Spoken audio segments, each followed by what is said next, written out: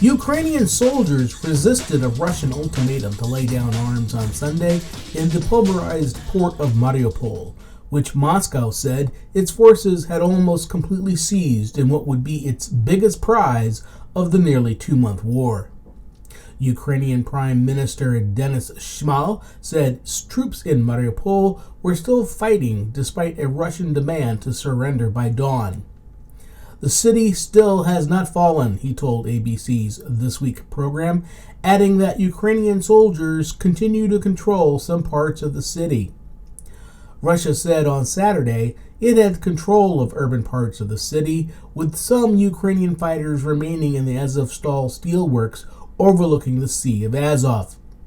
Capturing Mariupol, the main port in the southeastern region of Donbas, would be a strategic prize for Russia, connecting territory held by pro-Russian separatists in the east with the Crimea region that Moscow annexed in 2014. After failing to overcome Ukrainian resistance in the north, the Russian military has refocused its ground offensive on Donbas while maintaining long-distance strikes elsewhere, including the capital, Kiev. About 4 million Ukrainians have fled the country, cities have been shattered, and thousands have died since the start of the invasion on February 24. The occupiers will be responsible for everything they did in Ukraine, President Vladimir Zelensky said on his Telegram account, posting images of destruction he said were akin to the terrible times of World War II.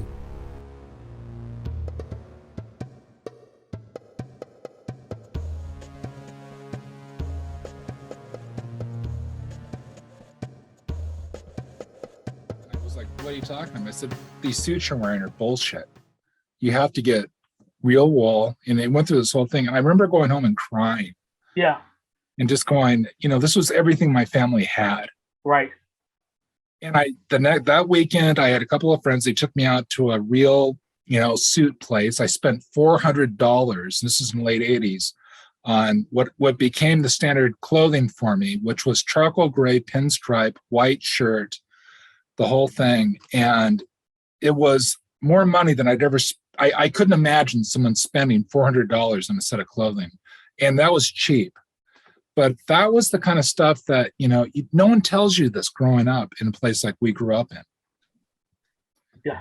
And it was a body blow. And I had a series of those body blows growing up. Now, I will tell you, and we can talk about this later, I moved my way up the corporate chain of command. I got right below vice president, and you saw my email, so I actually achieved some stuff, but my God, the head trauma involved in doing this compared to somebody who grew up in like North Arcadia or San Marino or right. Yeah. And that's what we're up against. And I can see why at our high school half the people dropped out. I get it totally. Well, I mean, yours is an interesting story, even in the sense from what even just the 5 minutes we talked about it, in the sense that I know that my high school experience was, from what I remember, as being one of, I mean, I didn't know really what was actually happening to me because it was the early 70s and there was lots of new legislation that was getting passed. And the Civil Rights Act stuff had just happened. All those bills had just come into play 8 years before. And my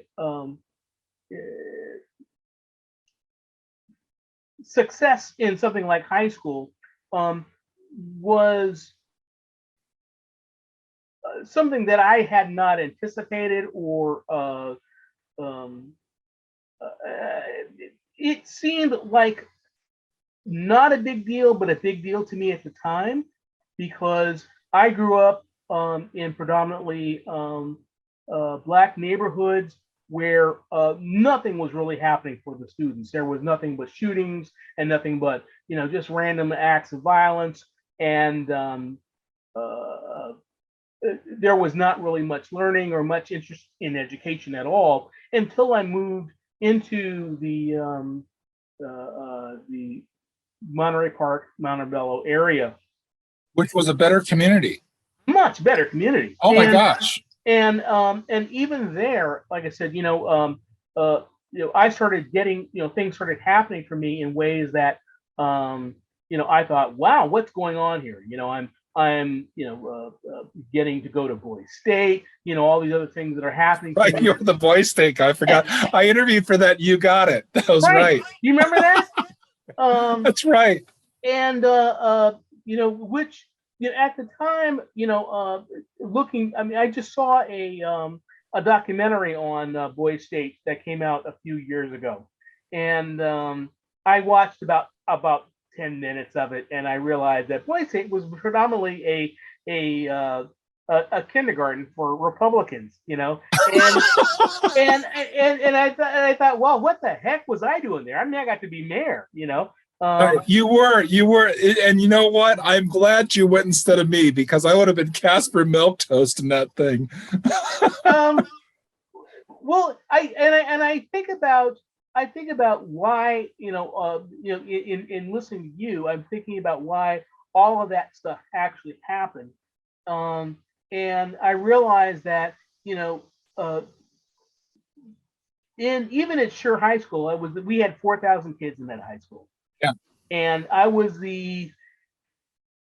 I want to say the only black kid until my sister was there, or there may have been another black kid in the school.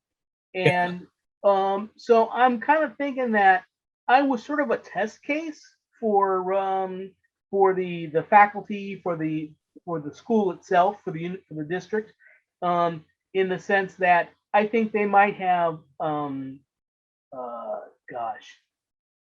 been a bit protective in ways that I was not completely aware of. Well, don't cut yourself too much slack. My memory of the thing was that we were, and Sure was, of the schools in the Montebello School District, was probably the best high school in the district. Yeah.